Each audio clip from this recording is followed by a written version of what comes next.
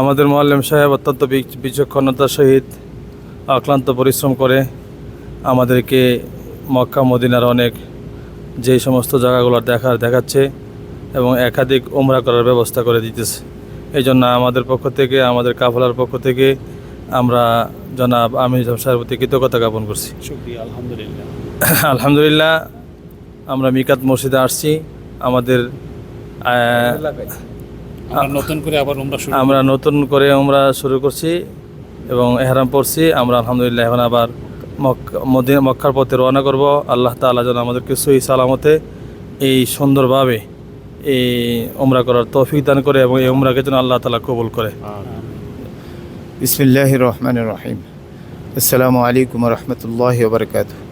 আলহামদুলিল্লাহ, আমরা ওযু গোসল করে এখন আমরা 2 রাকাত নামাজ আদায় করে আমরা অল্প কিছুক্ষণের মধ্যেই উমরা নিয়ত করব। এই মসজিদটা হচ্ছে মিকাত মসজিদ।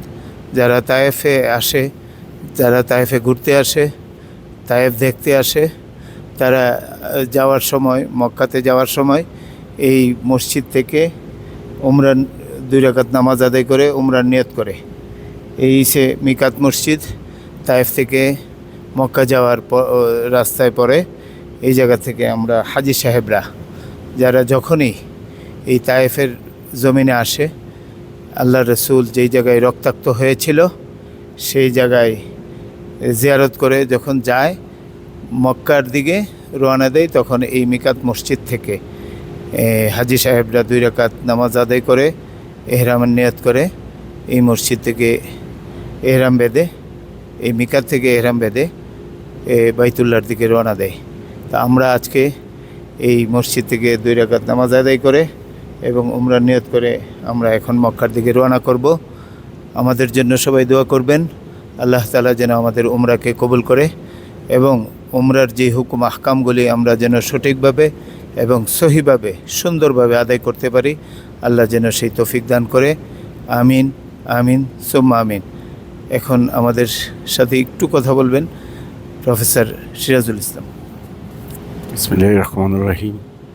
আসলে আমরা এখানে নামাজ পড়েছি 2 রাকাত উমরার উদ্দেশ্যে, এবং এই মিকাত মসজিদে এসে তায়েবে না আসলে বুঝতাম না আমাদের এটার ফজিলত কত, এবং যার মাধ্যমে আমরা এসেছি আমাদের স্বপন হুজুর আলহামদুলিল্লাহ উনি কষ্ট করে হলেও আমাদেরকে সমস্ত স্পটগুলি, সমস্ত নির্দেশনাগুলি আমাদেরকে দেখাচ্ছেন। আমরা খুব খুশি, আনন্দিত।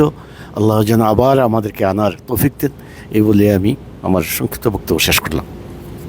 জি, আমরা দোয়া করবেন, আমরা আপনাদের জন্য, সবার জন্য, যারা এই দেখবেন সবার জন্য আমরা দোয়া করব।